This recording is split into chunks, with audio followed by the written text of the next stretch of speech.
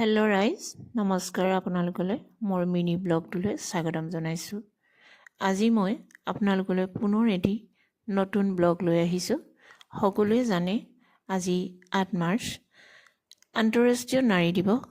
আজি ৮ মাৰ্চৰ দিনা টিয়ক কলীয়াপানী উন্নয়ন খণ্ডৰ অধীনত মণিকাঞ্চন মণ্ডল পৰ্যায়ে আন্তঃৰাষ্ট্ৰীয় নাৰী দিৱস উদযাপন কৰা হৈছে।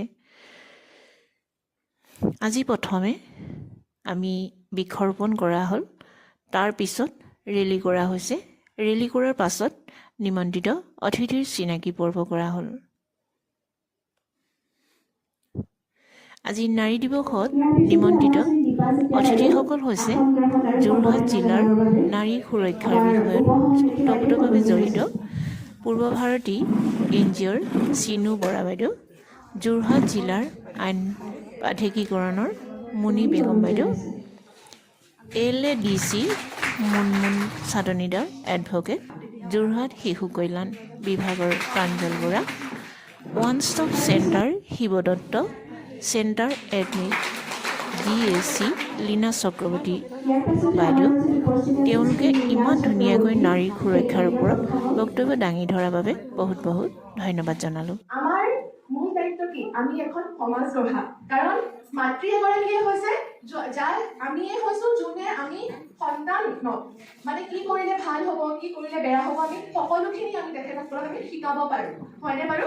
যদি আপোনালোকে কিবা কথা যদি আপোনালোকে ভাবে, বিশেষকৈ মই ভাবি আছোঁ তাত বহি থাকোঁতে প্ৰথম কথা যে আমি প্ৰথম শক্তিশালীকৈ মাতটো দিব লাগিব।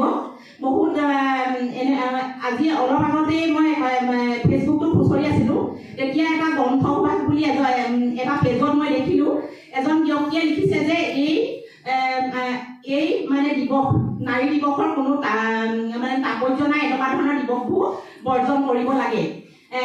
গ্ৰন্থভাসৰ নিচিনা এটা সুভাষৰ অনুষ্ঠান, সেই অনুষ্ঠানটোত এজন ব্যক্তিয়ে তেনেকৈ লিখিছে। আৰু তাতে ব্লগটো চাই আপোনালোকৰ কেনেকুৱা লাগিলে? যদিহে চাই ভাল লাগিলে লাইক, কমেণ্ট, শ্বেয়াৰ আৰু ছাবস্ক্ৰাইব কৰিব। আপোনালোকৰ লাইক, শ্বেয়াৰ, কমেণ্ট আৰু ছাবস্ক্ৰাইবে মোক উৎসাহিত কৰিব আৰু আগলৈ ভাল ভাল ব্লগ দিবলৈ চেষ্টা কৰিম।